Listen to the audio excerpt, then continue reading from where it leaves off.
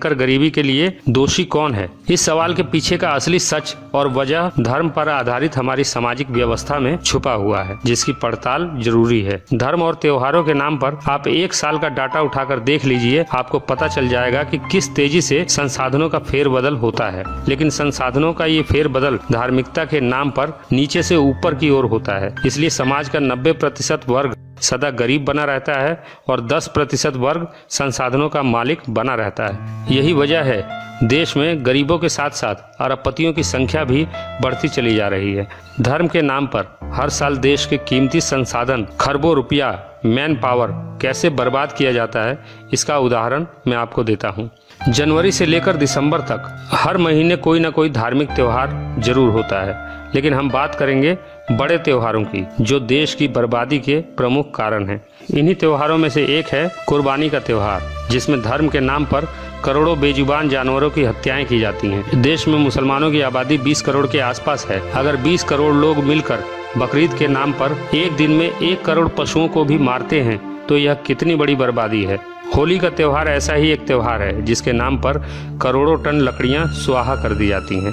होली के बाद नवरात्रि के नाम पर 9 दिनों में भंडारा, जागरण और देवी पूजा के नाम पर संसाधनों की जबरदस्त बर्बादी तो होती ही है, साथ ही नवरात्रि के बाद बची हुई करोड़ों टन पूजा सामग्री नदियों और तालाबों को बर्बाद करती हैं। फिर इन नदियों की सफाई के नाम पर देश की गरीब जनता के खून पसीने की कमाई से करोड़ों का बजट पास किया जाता है। और हैरानी की बात है कि नवरात्रि का ये त्यौहार साल में 2 बार आता है। साल में लगभग 15 ऐसे बड़े त्यौहार भी होते हैं, जिनमें बड़े पैमाने पर देश की नदियों को बर्बाद किया जाता है। गणेश चतुर्थी, विश्वकर्मा पूजा, छठ पूजा जैसे त्योहारों के बाद तो नदियों और समुद्री किनारों का बुरा हाल कर दिया जाता है। इन सब के साथ हर साल कई रथ यात्राएं भी होती हैं। हर साल होने वाले 10 दिन के दशहरे में देश का कितना श्रम और संसाधन बर्बाद होता है, इसका अंदाजा आप इसी बात से लगा सकते हैं कि केवल दिल्ली की 15 रामलीला कमेटियों का 10 दिनों का बजट 1050 करोड़ से ऊपर है। दशहरे के आखिरी दिन रावण दहन के नाम पर संसाधनों में आग लगाकर जो प्रदूषण फैलाया जाता है, उसे और भयानक स्तर पर दिवाली का त्योहार पहुंचा देता है। एक दिन में अरबों खरबों रुपयों को पटाखे के नाम पर आग में झोंक दिया जाता है। संसाधनों की यह भयंकर बर्बादी घोर गरीबी को जन्म देने के लिए काफी है।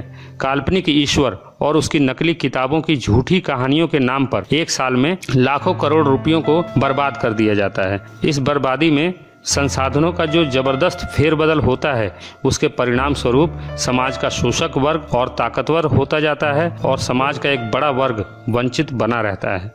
इसलिए शोषक वर्ग ऐसी शोषणवादी धार्मिक व्यवस्था को स्थायी बनाए रखने के लिए बड़ा जतन करता है। लोगों में धार्मिकता बनी रहे, इसके लिए धर्म की कट्टरता पर जोर देता है।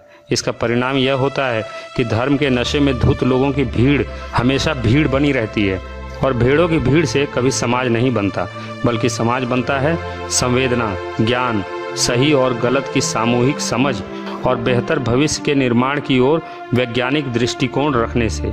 इनमें से कोई भी तत्व आपको भीड़ों की इस भीड़ में दिखाई नहीं देगा।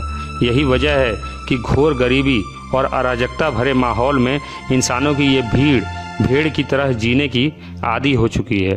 भेड़ों की इस भीड़ को फर्क नहीं पड़ता कि कोई भूख से मरे या कोई कुपोषण से। देश पर विदेशी कर्जा बढ़ रहा है।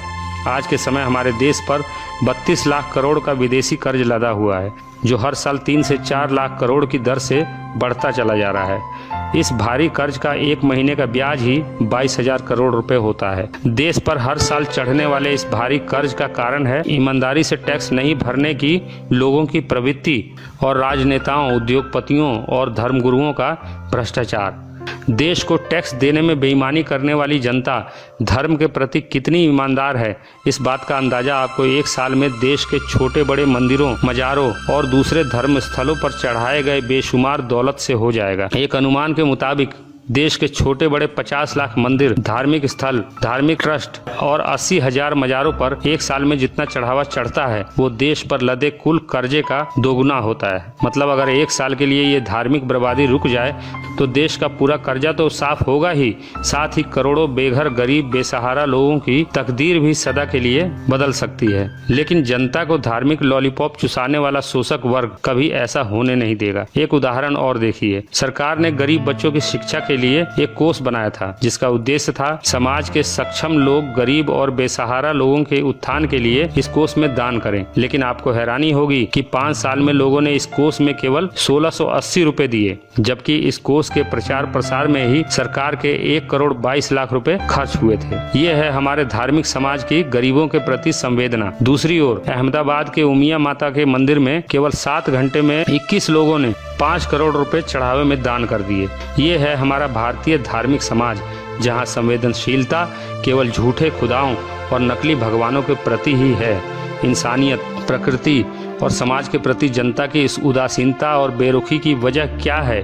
यहाँ गौर करने वाली बात यह है कि एक साल में लाखों करोड़ों रुपए के इस खेल से फायदा किसका होता है? सामाजिक धार्मिक व्यवस्था द्वारा धर्म के नाम पर सामूहिक रूप से की जाने वाली बर्बादी और राजनीतिक भ्रष्टाचार के कारण गरीबी कम होने के बजाय हर साल लगातार बढ़ती है। गरीबी से पैदा होती है बेरोजगारी, और गरीबी और बेरोजगारी मिलकर समाज में अशिक्षा का माहौल पैदा करते हैं, जिससे जनसंख्या बेतहाशा रूप से बढ़ती है। ये मुख्य समस्याएं मिलकर समाज को अराजकता, अन्याय, शोषण और अपराध के घिनौने दलदल में धकेलती चली जाती हैं। ऐसा समाज धीरे धीरे उपेक्षा और संवेदनहीनता के उस स्तर तक पहुंच जाता है जहां केवल 2 ही रास्ते बचते हैं, एक अंतहीन गुलामी या फिर क्रांति। देश की नियति बदलने के लिए आज आवश्यकता है एक क्रांति की, जो इस पूरी व्यवस्था को ही उखाड़ फेंके और एक नई व्यवस्था का सृजन करे, जहां आम आदमी अपनी बुनियादी आवश्यकताओं के लिए सरकारी मदद की भीख मांगने के बजाय स्वावलंबी बने और तिरस्कारित, अपमानित जीवन जीने के बजाय स्वाभिमान से जिए।